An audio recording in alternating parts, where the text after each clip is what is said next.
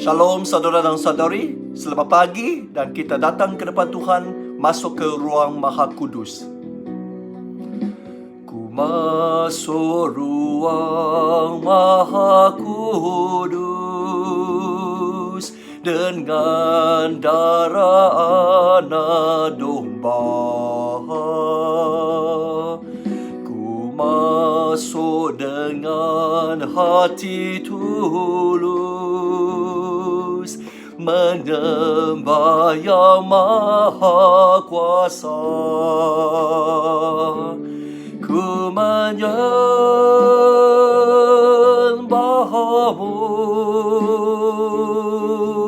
ku sembah-Mu,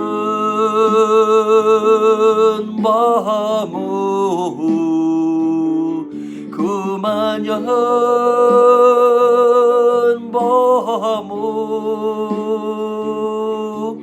ku sembah-Mu,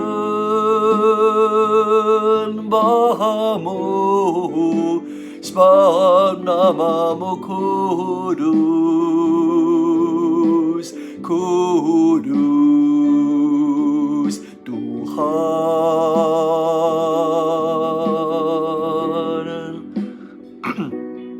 Saudara dan saudari, mari kita bersatu dalam doa.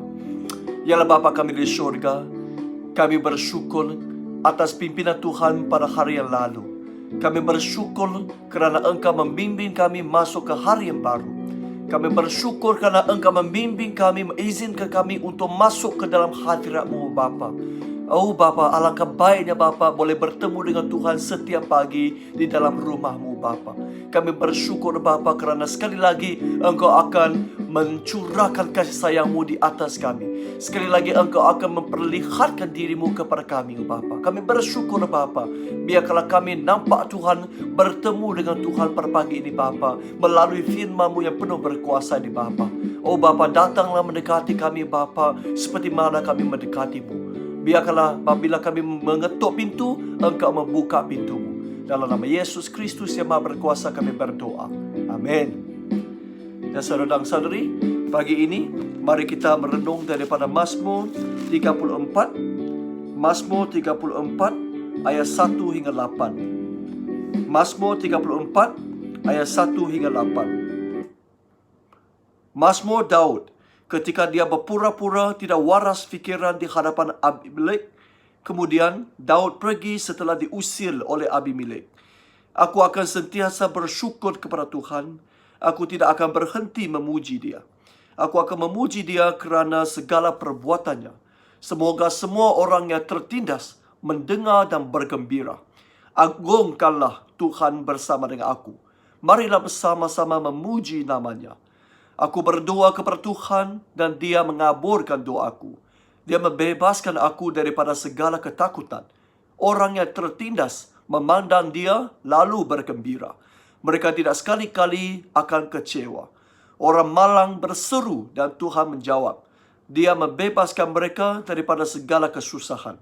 Malaikat Tuhan mengawal orang yang menghormatinya dan menyelamatkan mereka daripada bahaya. Saudara dan saudari, Mazmur pada hari ini ditulis oleh Daud pada waktu puncak ketakutannya, pada waktu puncak masalahnya, saudara dan saudari. Di mana kalau kita lihat daripada 1 Samuel bab 21, di mana waktu itu setelah Daud membunuh Goliat, raksasa itu, dan dia dijunjung tinggi oleh seluruh umat Israel, terutamanya wanita-wanita. Jadi dia dikerjakan oleh Raja Saul yang ingin membunuhkan dia. Dia kerja, dia larikan diri dan dia pergi ke imam. Lepas tu dia pergi ke Raja Akis. Dan di situ orang mula mengecam dia. Orang kata, bukankah ini Raja Daud yang baru saja membunuh Goliat? Jadi mereka ingin menahan dia, mereka ingin menangkap dia, mereka ingin membunuhkan dia. Bila mereka ingin menangkap dia, Daud pula berpura-pura tidak waras, berpura-pura gila, dan akhirnya berjaya melarikan diri, membebaskan diri daripada tangkapan Raja Akis itu. Saudara dan saudari, dan di sini ayat 5 sampai ayat 8, sekali lagi Daud mengulaskan lagi, mengingatkan lagi apa yang dia hadapi pada puncak ketakutan itu. Ayat 5 dia kata, aku berdoa kepada Tuhan dan dia mengaburkan doaku dan membebaskan aku daripada segala ketakutan. Saudara-saudari di sini, waktu di puncak ketakutan pada Daud, ini adalah satu ketika di mana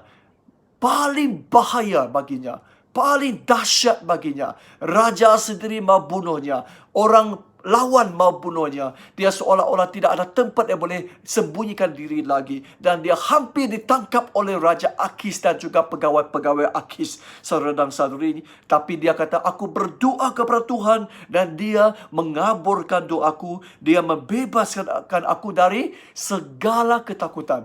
Walaupun dia sangat takut, tapi Tuhan membebaskan dia daripada segala ketakutan. Ayat 6, orang yang tertindas memandang dia lalu bergembira. Mereka tidak sekali-kali kecewa. Wah, saudara dan saudari, Daud menggambarkan, menggelarkan dirinya sebagai orang yang tertindas. Memang bagi waktu itu, semua orang pandang remeh dan dia macam seekor ayam yang melarikan diri, saudara dan saudari. Dia tidak ada harapan lagi. Tapi dia kata, orang yang tertindas memandang dia lalu bergembira. Wow, ini bagi saya satu hiburan yang begitu besar. Walaupun belum lagi Tuhan lakukan apa-apa, nampak saudara Tuhan, memandang saudara Tuhan, cukup bergembira. Pernahkah kita menghadapi masalah macam ini, saudara dan saudari? Bila kita dalam kesusahan, tak ada harapan. Saya masih teringat bila saya kerja di Kem Kayu Balak, saya bawa satu kumpulan muda-mudi pergi mandi di air terjun sana, ya. Air terjun itu sangat tinggi dan sangat seronok. Air yang dingin, air yang sejuk, sangat segar. Jadi waktu itu kami masuk ke situ, kami mungkin 8 orang masuk ke dalam ke air terjun itu. Kami mandi, kami main di sana 1 jam. Wow, pada waktu itu hujan tetap turun, walaupun sudah berturun dengan 2 hari berlebat-lebat, waktu itu, wow, kami tetap main di sana. Tapi kami tidak perasan. Itu air terjun semakin tinggi, semakin tinggi, semakin tinggi. Sehinggalah, saudara dan saudari, kami tidak nampak jalan keluar lagi. Kami tidak tahu mana jalan keluar lagi. Wow, waktu itu kami sangat cemas, sangat takut. Kami kata, matilah kali ini, parailah kali ini. Dan saudara dan saudari, waktu itu kami nampak pengurus camp itu, dia masuk untuk mencari kami. Wow, bila kami nampak pengurus yang tinggi-tinggi itu, terus bergembira. Walaupun gelisah pada saat yang lalu, tapi saat ini bergembira. Terus nampaknya, terus bergembira. Kerana kita tahu harapan sudah datang. Saudara dan saudari, ini seumpama Daud. Bila dia dikepung oleh banyak musuh. Dan sekarang dia nampak, dia memandang Tuhan, dia terus bergembira. Kerana Tuhan tidak pernah mengecewakan dia. Saudara dan saudari, ayat 7 pula mengatakan bahawa orang malang berseru dan Tuhan menjawab. Dia membebaskan mereka daripada segala kesusahan. Dia kata, bila orang yang malang, malapetaka, orang yang malang itu berseru, minta engkau Tuhan, minta daripada Tuhan, terus Tuhan membebaskan mereka daripada segala kesusahan. Dan saudara dan saudari, tak kira apa jua kesusahan yang kita hadapi, asalkan kita berseru kepada Tuhan, kita memandang kepada Tuhan, kita pasti akan digembirakan. Kita pasti akan dibebaskan. Walaupun apapun puncak ketakutan, puncak kesusahan. Tak kira COVID-19 yang menakutkan kita kah, ataupun penyakit kanser yang menakutkan kita kah, ataupun isteri yang garang yang menakutkan kita kah, ataupun anak-anak yang celaka yang menakutkan kita kah. Tak kira krisis ekonomi, tak ada gaji, tak ada beras, tak ada makanan yang menakutkan kita kah, saudara dan saudari. Jangan pandang kepada orang lain. Pandang kepada Tuhan, terus kita bergembira. Pandang kepada Tuhan, berseru kepada Tuhan, terus Tuhan membebaskan kita daripada segala kesusahan. Saudara dan saudari, hari ini ayat 8 juga menjadi penghiburan yang terbesar bagi saya. Ayat 8 mengatakan bahawa malaikat Tuhan mengawal orang yang menghormatinya dan menyelamatkan mereka daripada bahaya. Sebenarnya saudara dan saudari, penterjemahan dalam BM tidak cukup jelas. Kalau kita lihat daripada penterjemahan bahasa Indonesia, dia kata malaikat Tuhan mengelilingi di sekitar orang yang takut kepadanya dan meluputkannya. meluputkan mereka. Saudara dan saudari, wow, bayangkan, malaikat Tuhan berkemah di sekeliling orang yang takut kepadanya. Seperti kita, kalau kita berhadapan dengan kesusahan yang besar, berhadapan dengan musuh yang hebat, wow, malaikat Tuhan berkemah.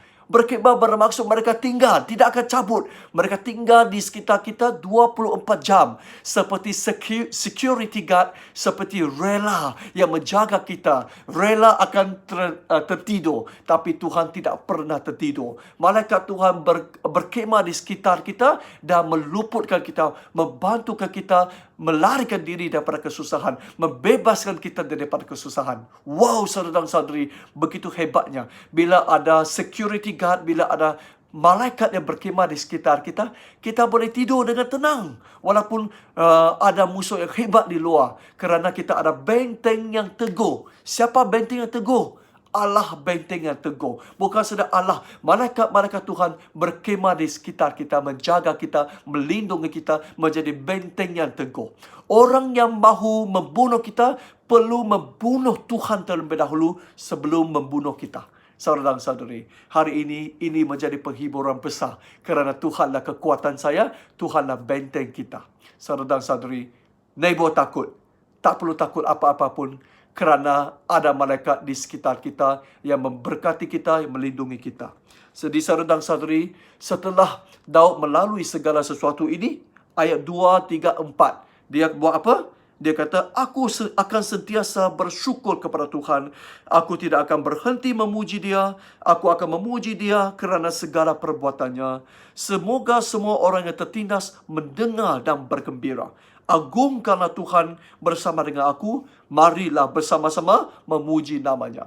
Saudara dan saudari, bayangkan, setelah Daud melarikan diri daripada tangan Saul, daripada tangan Akis, Raja Akis, saudara dan saudari, dia berasa betul-betul bersukacita dan dia kata, mujurlah, nasib baik Allah memang baik yang menyelamatkan saya. Jadi dia bersyukur kepada Tuhan, memuji Tuhan dan juga mengagungkan Tuhan. Saudara dan saudari, ini betul-betul yang kita boleh lakukan, bukan saja selepas kita dibebaskan daripada kesusahan. Sebenarnya sewaktu kita menghadapi kesusahan, kita juga perlu bersyukur, memuji dan mengagungkan Tuhan.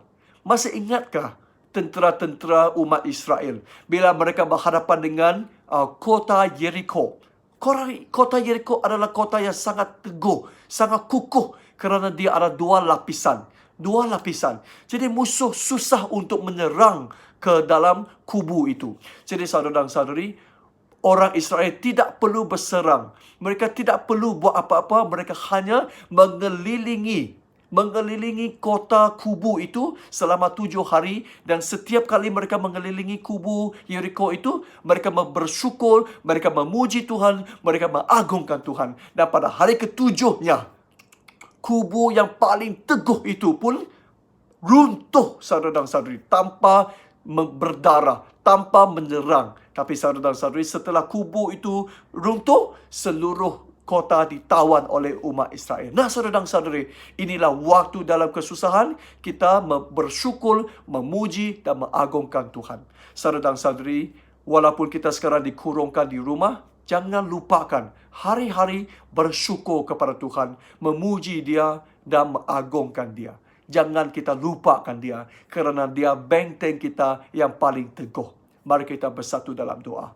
Ya Bapa kami di syurga, kami bersyukur kerana daripada pengalaman Daud kami diingatkan bahawa walaupun di puncak kesusahan, puncak ketakutan, Engkaulah harapan kami. Engkaulah benteng kami yang kukuh.